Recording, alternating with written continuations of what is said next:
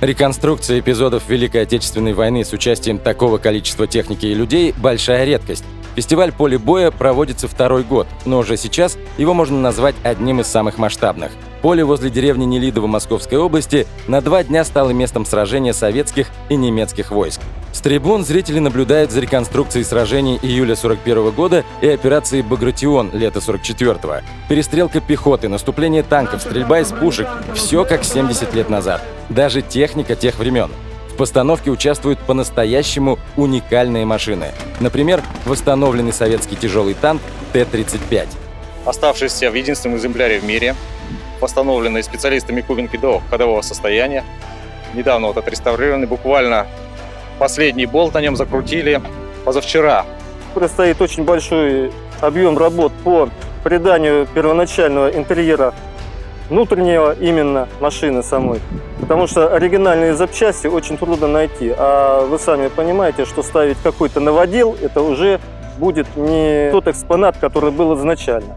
На поле боя состоялась премьера еще 2 машин – восстановленного немецкого «Штук-3» и советского артиллерийского тягача Т-20 «Комсомолец». Последний – единственная в России машина, оставшаяся в своем первозданном виде. Занимаясь реконструкцией, мы сохраняем какую-то часть Великой Победы и доносим ее уже до современного поколения. Потому что пройдет какое-то время, и уже не останется ни ветеранов, которые видели непосредственно это. Нам посчастливилось нашему поколению пообщаться с настоящими солдатами, кто прошел всю войну.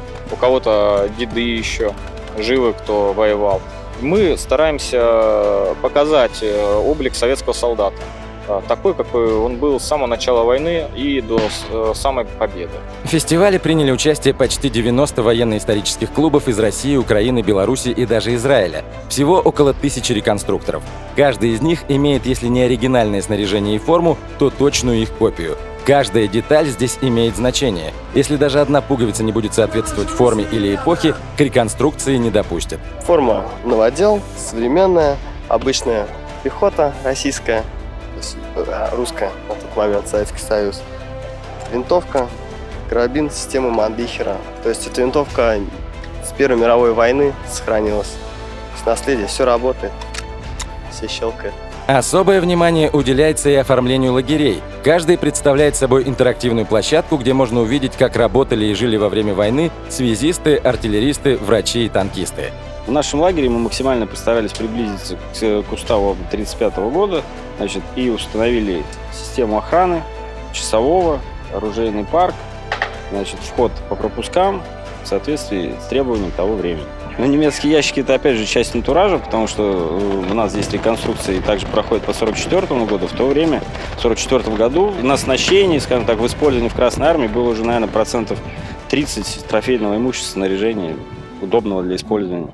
Своеобразный урок истории под открытым небом оставит свой след в душе каждого посетителя и уж точно не даст забыть о том подвиге, который совершили наши деды.